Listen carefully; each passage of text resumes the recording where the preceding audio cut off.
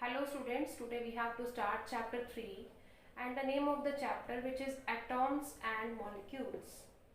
First of all we have to discuss the history of atoms.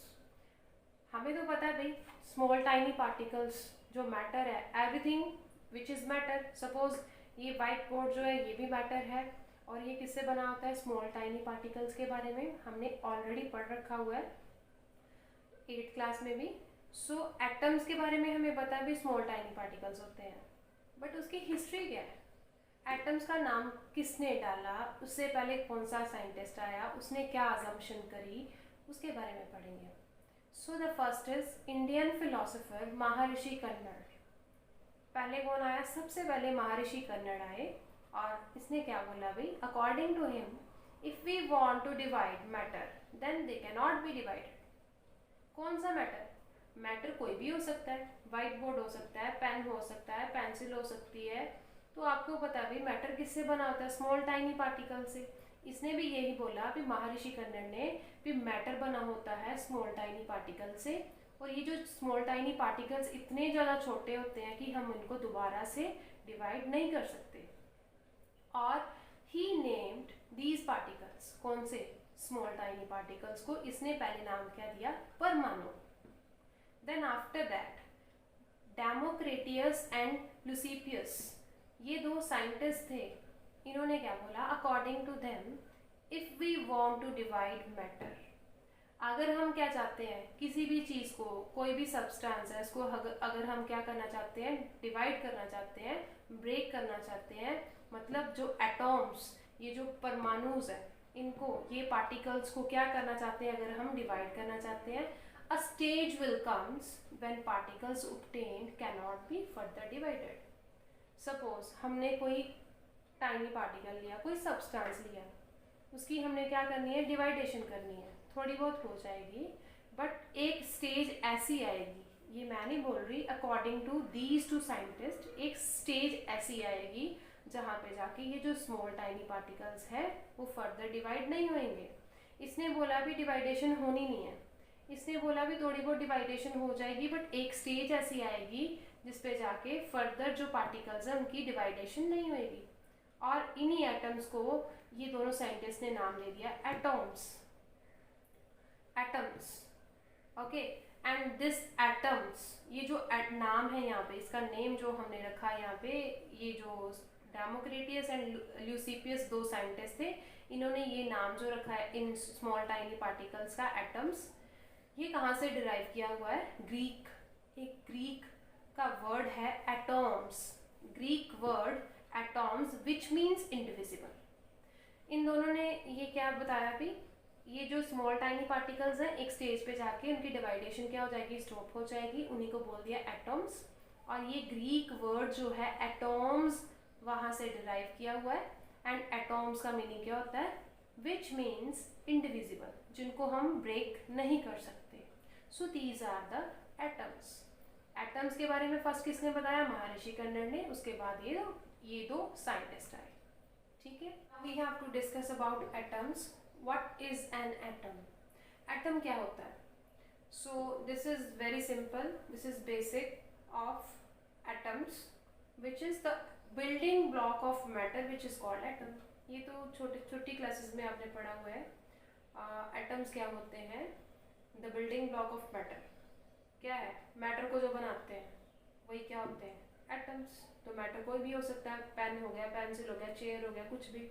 ये सारी substances, ये सारी चीज़ें किससे बने होती हैं, एटम्स से. Second definition, if you want to write this definition तो आप ये भी लिख सकते हो, अदरवाइज ये भी लिख सकते हो. The smallest tiny particle of an element which is called atom. Element का जो स्मॉलेस्ट टाइनी पार्टिकल होता है, स्मॉल पार्ट, एक पार्ट, उसको बोलते हैं हम atoms. So for example when one atom of hydrogen combines with one more atom of hydrogen it give H2 which is one element. तो यहाँ पे दो हाइड्रोजन है, ये कैसे बने, जब एक एटम हाइड्रोजन का कंबाइन किया एक और एटम हाइड्रोजन के साथ तो आपके पास ये बनेगा. सो यहाँ पे क्या है, ये जो स्मॉलेस्ट पार्ट है इस एलिमेंट का, उसको क्या बोलते हैं हम, atom. Second question, how big are atoms, atoms जो होते हैं कितने बड़े होते हैं, उनका साइज क्या होता है, तो which is very simple, atoms are very very very very small and the size of the atoms which is indicated by its radius which is called atomic radius. Atoms जो है ना इतने ज़्यादा स्मॉल होते हैं उसको आप देख नहीं सकते, और दूसरा जस्ट आप इमेजिन कर सकते हो कि इसका साइज कितना छोटा हो सकता है। इवन आज तक किसी ने एटम के बारे में नहीं देखा, जस्ट अजम्पशन मान के चले हैं, इमेजिन किया भी एटम है, उसके सेंटर में न्यूक्लियस होता है, उसके अराउंड कौन घूमता है, इलेक्ट्रॉन घूमते हैं, उससे जो एटम है उसके सेंटर में जो न्यूक्लियस है उसमें सब पार्टिकल्स होते हैं, जस्ट इमेजिन करके ये सारा कुछ किया हुआ है। आज तक किसी ने एटम के बारे में, एटम जो है उसको देखा नहीं है।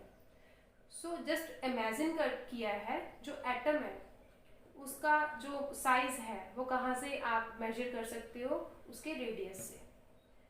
सो ये भी इमेजिनेशन ही है कि रेडियस जो भी होएगा किसी एटम का उसको क्या बोलते हो आप, एटॉमिक रेडियस, और हो सकता है 1, इसको बेटा रिप्रेजेंट करते हो आप, मेजर करते हो नैनोमीटर में। एंड आपको ये बात लर्न करनी पड़ेगी, 1 nanometre which is always equals to 1/10⁻⁹ metre, and you can also write 10⁻⁻⁹ metre. आप हमेशा क्या करोगे, एटम्स का साइज अगर कोई आपसे पूछे तो आप क्या बोलोगे, 1 nanometre which is equals to 10⁻⁻⁹ metre. तो वैसे तो एटम्स का साइज बहुत ज़्यादा स्मॉल होता है जिसको कोई भी आज तक देख नहीं पाया, ठीक है, जस्ट आप इमेजिन कर सकते हो। Now we have to discuss about symbols of elements. तो हमें पता है कि पीरियोडिक टेबल में 118 एलिमेंट्स होते हैं, तो 118 एलिमेंट्स के सिंबल्स लर्न करने कितने ज़्यादा टिपिकल होते हैं। सो जॉन डाल्टन एक साइंटिस्ट था, उसने क्या बोला कि जो एलिमेंट्स है, कितने एलिमेंट्स है, 118 एलिमेंट्स, उनके सिंबल्स के बारे में पहले इसने बताया। कैसे भी, हाइड्रोजन को कैसे रिप्रेजेंट करोगे, डॉट इन सर्कल, कार्बन को शेडेड इन सर्कल, फॉस्फोरस को ऐसे करके सिंबल, कॉपर का क्या होगा, सी इन सर्कल, सल्फर का प्लस इन सर्कल, ऑक्सीजन का सिंपल सर्कल, सिल्वर का एस इन सर्कल, मरकरी का ये डॉटेड इन सर्कल। तो ये कितना ज़्यादा कॉम्प्लिकेटेड है। सपोज किसी क्लास में 118 एलिमेंट्स मीन्स 118 स्टूडेंट्स हैं, तो 118 स्टूडेंट्स के किसी टीचर को नाम लर्न करने कितने ज़्यादा मुश्किल होंगे। तो यहाँ पे ये जो जॉन डाल्टन था, इसने जो ये सिंबल्स बताए हैं इतने ज़्यादा कॉम्प्लिकेटेड थे, इसको लर्न करना बहुत ज़्यादा मुश्किल हुआ। सो इसलिए इसको रिजेक्ट कर दिया गया, ये इनकन्वीनियंट थे इसलिए इसको रिजेक्ट कर दिया गया। उसके बाद जो नेक्स्ट साइंटिस्ट आया उसने कैसे एक्सप्लेनेशन करी है यहाँ पे। Now this is the last topic, symbols of elements को पहले तो किसने बताया, जॉन डाल्टन ने, जो बहुत ज़्यादा कॉम्प्लिकेटेड थे। आफ्टर दैट यहाँ पे एक साइंटिस्ट आया बर्जीलियस, तो बर्जीलियस ने क्या बताया, कुछ ऐसे एलिमेंट्स हैं 118 एलिमेंट्स जो हैं उनके जो सिंबल्स हैं वो कैसे हैं। सबसे पहले इसने क्या बोला कि कुछ ऐसे एलिमेंट्स हैं जिनके फर्स्ट कैपिटल लेटर से ही इनका क्या हो जाता है, सिंबल। सपोज हाइड्रोजन है, हाइड्रोजन का फर्स्ट लेटर क्या है, कैपिटल एच, सो वही इसका क्या होगा, atomic symbol. Same for the carbon, capital C, oxygen capital O and phosphorus capital P. But कुछ ऐसे एलिमेंट्स भी हैं जिनके फर्स्ट 2 लेटर्स जो है वही उनका क्या है, atomic symbol. So calcium Ca, argon Ar, helium He, neon Ne।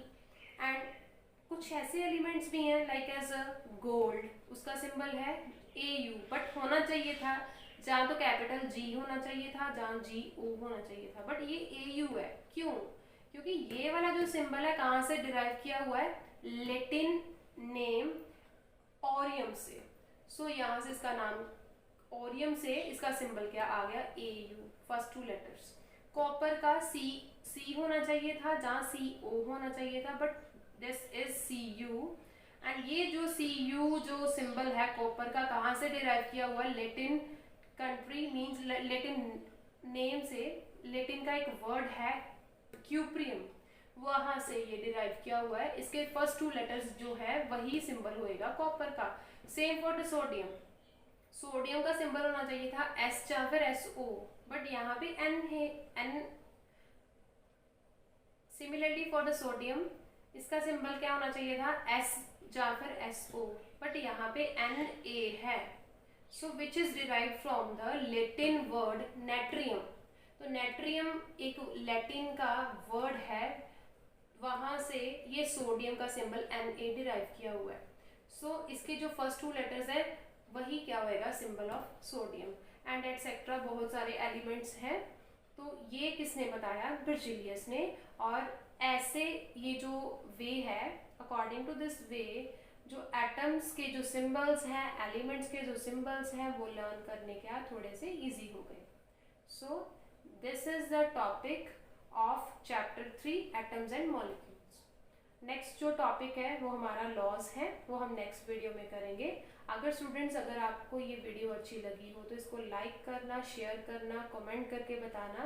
अगर आपको कोई डाउट होएगा, कोई कंफ्यूजन होएगा तो आप कमेंट बॉक्स में कमेंट करके बता सकते हो, पूछ सकते हो।